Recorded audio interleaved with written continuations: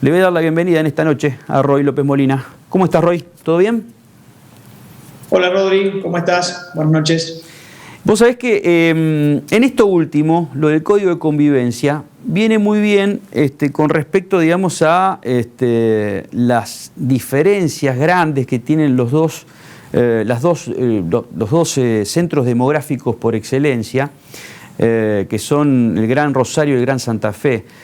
Mucha pobreza y también, o sea, cómo también articulás entre lo público, lo privado, las distintas fuerzas vivas, cómo empezamos entre todos, ¿no? También el periodismo, ¿no?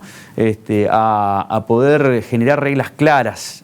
Contame cuáles son las bases y condiciones de este código de convivencia que propones. Bueno, lo primero tiene que ver con actualizar el catálogo de cuáles son las conductas que no queremos en el espacio público, aquellas que generan problemas de convivencia, que generan riesgos para la vida o para la salud de los vecinos, y por eso le ponemos una sanción. Eso es, en palabras sencillas, ¿qué es un código de faltas o un código de convivencia? La coincidencia que tenemos es que hay que actualizarlo, porque el que hoy rige en Rosario y pasa en muchas ciudades de la provincia, tiene 40 años. Con lo cual, tenés un código que se preocupa mucho más por resguardar ese concepto viejo de la moral y las buenas costumbres, pero se olvida de los aprietes de los cuidacoches en las zonas gastronómicas o en las canchas de fútbol. La coincidencia entonces pasa por modernizar esas herramientas para que la municipalidad pueda intervenir. ¿Por qué? Porque la falta antes era un hecho poco importante. Hoy muchas veces la falta es la primera etapa que, si intervenís a tiempo, evitás un delito. Un solo ejemplo: un problema de vecinos por ruidos molestos puede resolverse a través de una mediación municipal y evitar que alguno de los vecinos, y no lo estoy justificando, simplemente describiendo, monte en cólera y termine atacando o atentando contra la vivienda o contra un vecino, causando daños o lesiones. Eso también pasa cuando hablamos de conflictos interpersonales. Hay un espacio para que los gobiernos locales intervengan. Nosotros presentamos el único proyecto de la oposición alternativo al que presentó el intendente Hapkin. Ayer se empezó a discutir, pretendemos que muchas de nuestras consideraciones se tengan en cuenta. A ver, ¿dónde están los puntos más interesantes de consenso y de disenso también? Los de consenso creo que te los describí recién. Entendemos que hay que modernizarlo. A partir de allí empiezan las diferencias, porque tenemos visiones distintas de cómo abordar el problema de la violencia o de la inseguridad, donde también entran las faltas municipales. Primero, nosotros queremos una justicia de faltas independiente. Los jueces de faltas en el siglo XX se pensaban como delegados del intendente, y así lo decían las ordenanzas. Nosotros queremos que la justicia de faltas tenga la imparcialidad y la independencia suficiente para resolver sin presiones del poder político.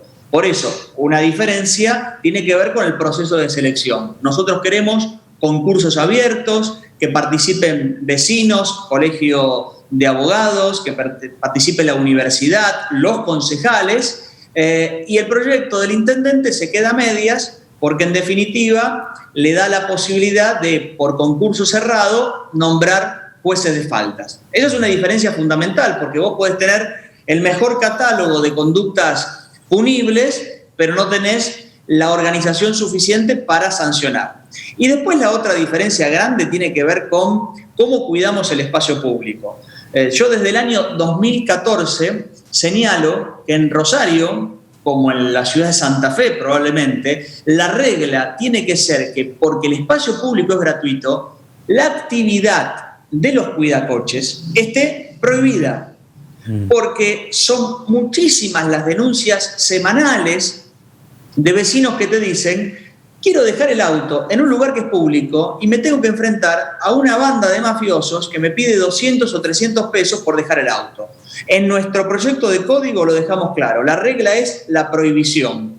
y pretendemos agravantes cuando esa actividad se haga de manera organizada. El proyecto del intendente yo lo defino con una palabra que es gatopardismo. Cambiar todo para que nada cambie, porque le pide al vecino que traiga una prueba de la extorsión. Imposible que uno en un momento tan fugaz como es una negociación con un cuidacoche uno pueda tener una prueba del apriete. Entonces digo, hay que ser claro y contundente. Claro, vos imaginate si vos lo filmás, cómo puede reaccionar esa persona, digamos, ¿no? O sea... Sin duda, por eso pedirle a un vecino que traiga una prueba, o esos proyectos un tanto fantasiosos de vamos a registrar a los cuidacoches. ¿Vos te imaginás la situación de un vecino diciéndole acércate un poco más que quiero ver el nombre que tenés en la credencial para después poder denunciarte? Entonces, no hay que hacer inventos raros. Yo no desconozco que hay una problemática social detrás de los cuidacoches, pero les pido a los que se oponen a la prohibición que no desconozcan que hay una problemática mayormente delictiva detrás de las bandas de cuidacoches en Pichincha, en la Fluvial, en las canchas de fútbol. De hecho, Rodrigo, hoy el jefe de la Barra Brava de Central, Pillín Bracamonte, está enfrentando una investigación por lavado de activos. Una de las actividades que generan la riqueza que está cuestionando el fiscal Moreno son las actividades de cuidar autos en el entorno al estadio. Ha pasado en Colonia, ha pasado en Unión también, en la ciudad de Santa Fe. Lo de Colón es mucho más evidente porque inclusive hay videos y audios de los mismos Barra Bravas comunicándose con un ex dirigente en algún momento, ¿no? Quiero ir a otro que me parece que es mucho más polémico, pero sos de tomar estas decisiones con convicción. Contame qué significan los cercos eléctricos y cuál es la argumentación técnica, digamos, de cómo se pueden implementar en materia de seguridad, sobre todo. Sí, para que se entienda, cuando hablamos de cercos eléctricos para seguridad, algunos lo llaman cercos energizados, son ese conjunto de alambres que se colocan en las medianeras o en el perímetro de una casa o de una empresa, de una industria, para evitar que alguien ingrese de manera ilegal a esa vivienda. Esto ya existe en la ciudad de Rosario. No es que nosotros estamos proponiendo algo para adelantarnos a lo que va a venir. En la ciudad de Rosario, hace 25 años, en los últimos años con mayor frecuencia, los vecinos, para cuidarse, cuidar a su familia, cuidar sus bienes, instalan cercos eléctricos. Yo el día lunes de la semana pasada estuve en una empresa de Ovidio Lagos al 7000, en uno de los ingresos a la ciudad de Rosario. Ahí ya hay colocados cercos eléctricos y hay muchas viviendas que también lo hacen.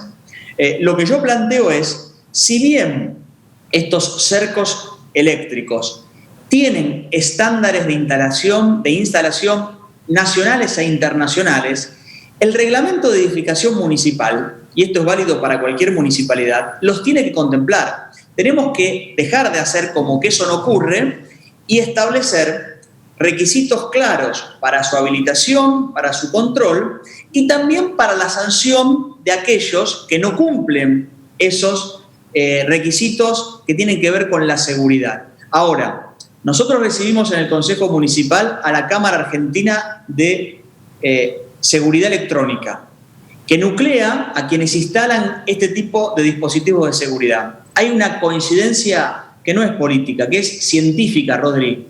No hay antecedentes de muertes por electrocución utilizando este tipo de dispositivos. Y ahí está la gran diferencia. Las notas que uno ve a veces en los portales tienen que ver con las condiciones, con las instalaciones rudimentarias, precarias y sin requisitos de seguridad. ¿Por qué? Porque están pensados no para que alguien se electrocute, sino para dar una patada y disparar una alerta o una alarma. No hay chance de poner en riesgo la vida. Ahora, si te encontrás con muchos que sin cumplimentar estos requisitos conectan determinados cables o alambres a la red de corriente eléctrica, a la red de energía eléctrica a 220 voltios, Obviamente que eso en cualquier lugar del mundo pone en riesgo la vida, pero no es lo que nosotros planteamos, es claro, reconocer un instrumento de seguridad que ya existe y regularlo por reglamento de edificación municipal. Y ahora, dentro del derecho comparado, ¿en qué tenés,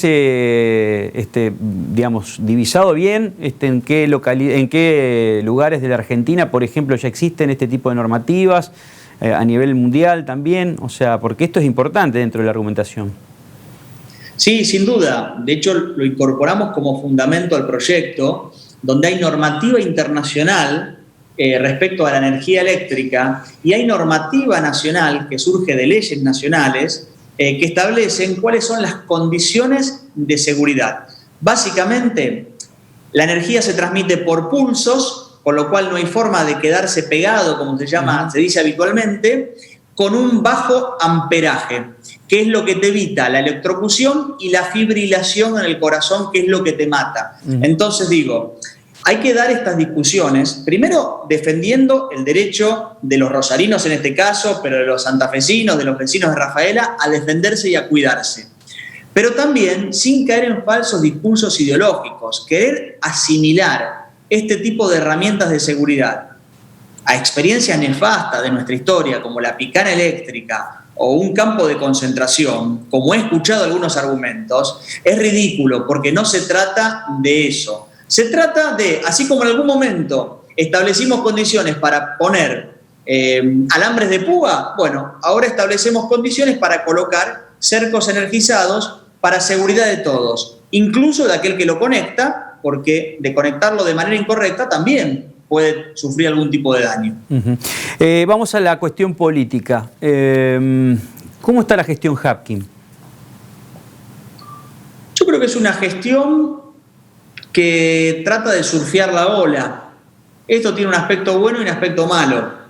El aspecto bueno es tratar de mantener a la ciudad funcionando en un contexto de crisis sanitaria y de crisis económica muy grave. Y desconocer esto, aún desde la oposición, sería demasiado necio. Pero tiene un costado negativo. El surfear la ola te permite llevar adelante los servicios mínimos, pero no te permite innovar. Y cuando digo innovar, yo creo que acá lo que está faltando, yo no le puedo exigir hoy a la Municipalidad de Rosario, que incluso recibió un déficit de 4.000 millones de pesos de la última gestión de la intendenta Mónica Fein, que realice grandes obras.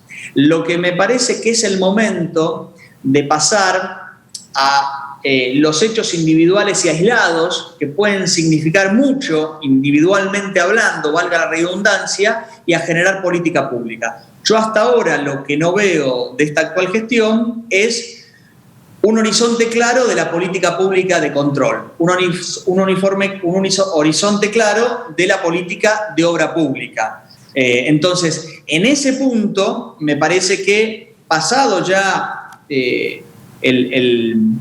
la confianza inicial de toda gestión que comienza, garantizada desde algunos espacios políticos de oposición, el diálogo necesario para que la ciudad no se frene, aún con diferencias, creo que ahora la pelota está en la cancha del intendente y que tiene que animarse a jugar. Tiene que saber que hoy la ciudad, aún en este contexto de crisis, aún en este contexto de pandemia, tiene desafíos que tiene que encarar.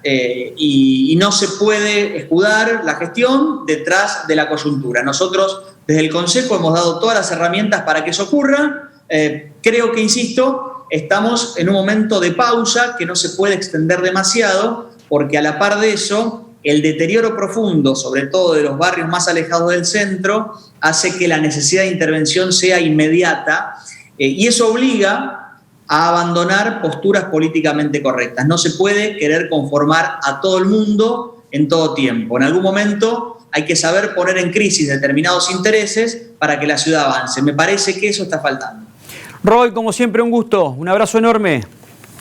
Gracias a ustedes. Muchas gracias. Hasta luego.